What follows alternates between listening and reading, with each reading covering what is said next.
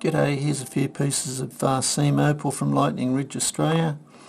Rules in millimetres and the material's been wetted.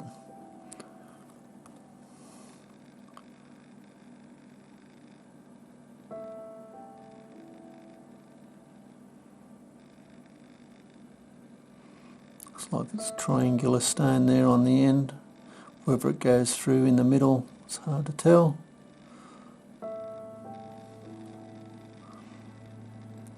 These are only smaller pieces, but they're nice and bright.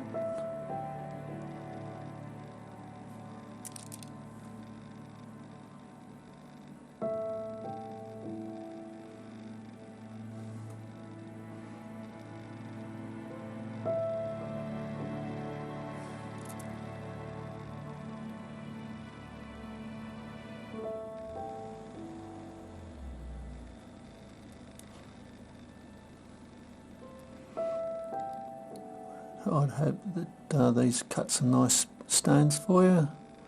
That one you can see through a bit that way because it's semi-crystal.